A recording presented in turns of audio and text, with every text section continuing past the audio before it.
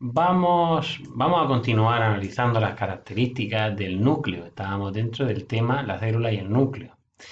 Nos quedamos por el nucleoplasma. El nucleoplasma es es el medio interno del núcleo.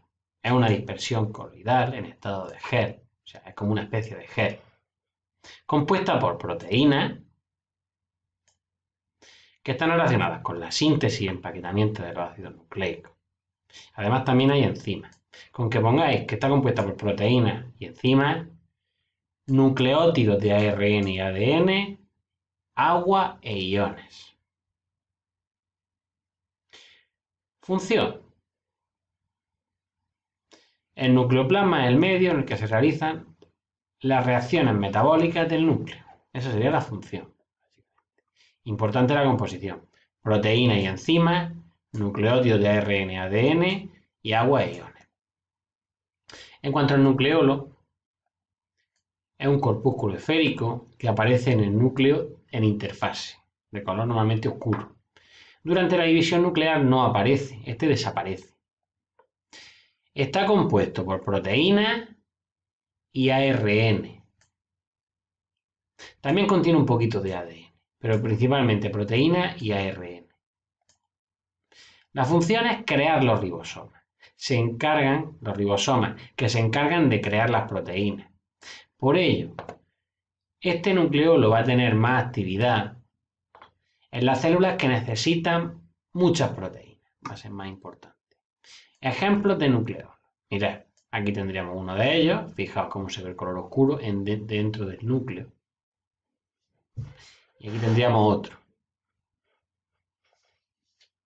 Pasamos a analizar los cromosomas. La cromatina, cuando se condensa, se forman cromosomas. Los cromosomas solo aparecen en la división celular, la mitosis y la meiosis. Son estructuras altamente condensadas. Permiten que el ADN se empaquete para facilitar el reparto equitativo del material genético. Porque fijaos, al dividirse en dos partes iguales, esto se parte por la mitad y tenemos una parte del ADN y su copia. De esta manera no hay problema. Imaginaos que queremos desenmarañar la cromatina, que es como una maraña de hilo. Esa es mucho más difícil de dividirla en dos. Los cromosomas son mucho más fáciles. Esta es la función de los cromosomas, facilitar el reparto equitativo de material genético. Solo son visibles durante la fase de división del núcleo, en la metafase. El cromosoma metafásico es el único que es visible al microscopio electrónico. Y luego contiene pues las unidades hereditarias o los genes.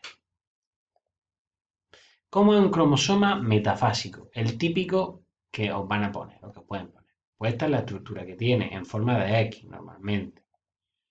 ¿Qué partes tiene? Mirad, esto sería una cromátida y esto es otra.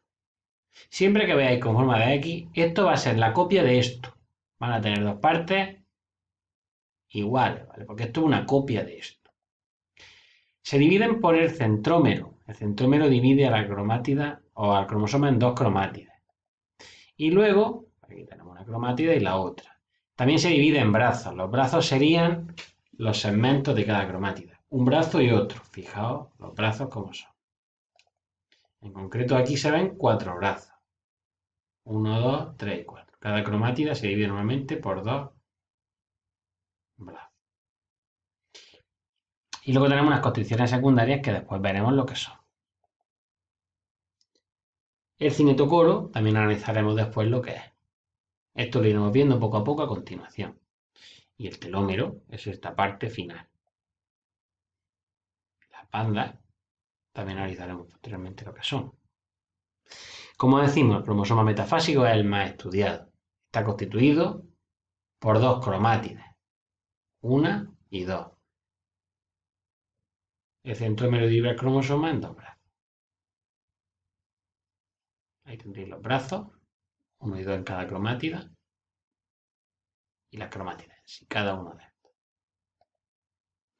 El satélite sería toda esta estructura. Como os digo, todo esto lo vamos a analizar ahora después. Aquí tenemos todo lo que hay. Fijaos, os lo he puesto por números para que lo veáis claramente. El número 1, que es esta parte, sería la constricción primaria o centrómero. Está compuesta por heterocromatina, solamente tiene función estructural, y divide el cromosoma en dos partes iguales, en dos cromátidos. El cinetocoro, que es el 2, es una estructura proteica, que sirve para que estas cromátidas se separen en la división celular.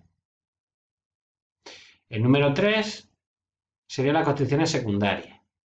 Estas regiones de ADN almacenan la información del nucleolo tras la división celular, ya que este desaparece. Para que se vuelva a formar después, pues se almacena aquí la información. El número 4 son una serie de bandas, es menos importante el número 4, quizás sea el menos importante de todos los que aparecen aquí.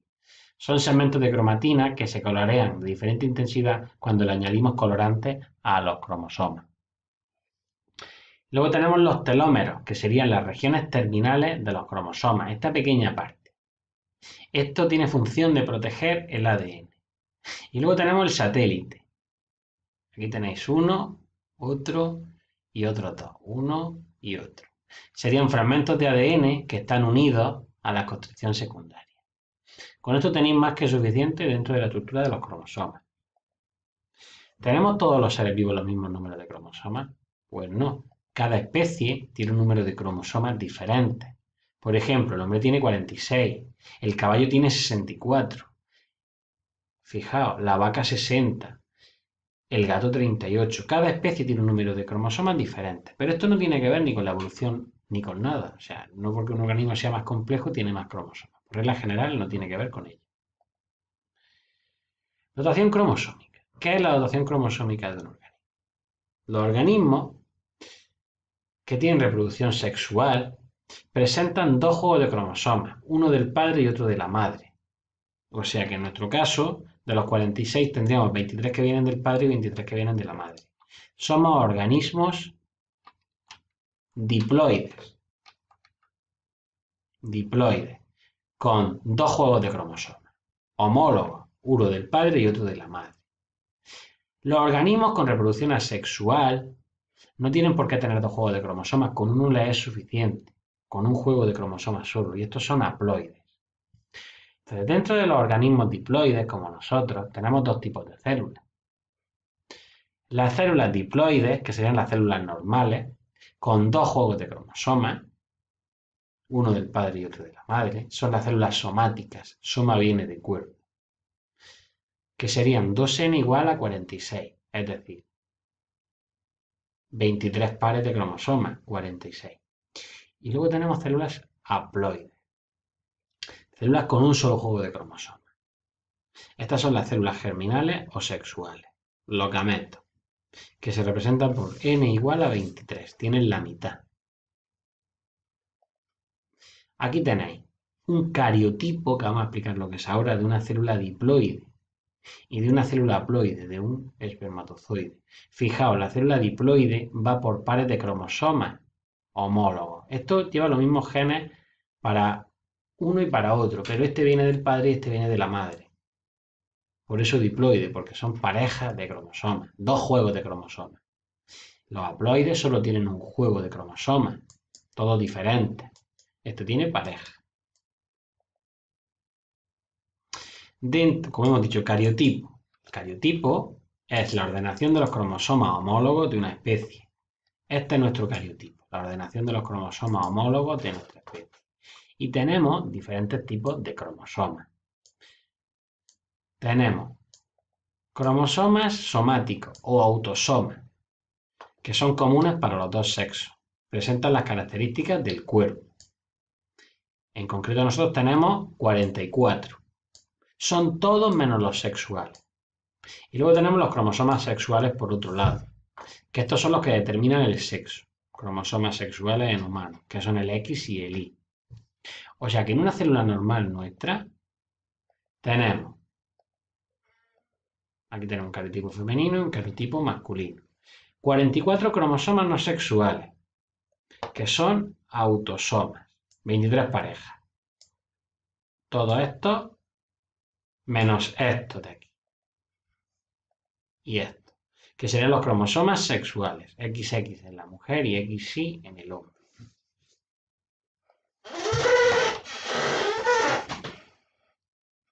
Con esto finalizamos el tema. Un saludo.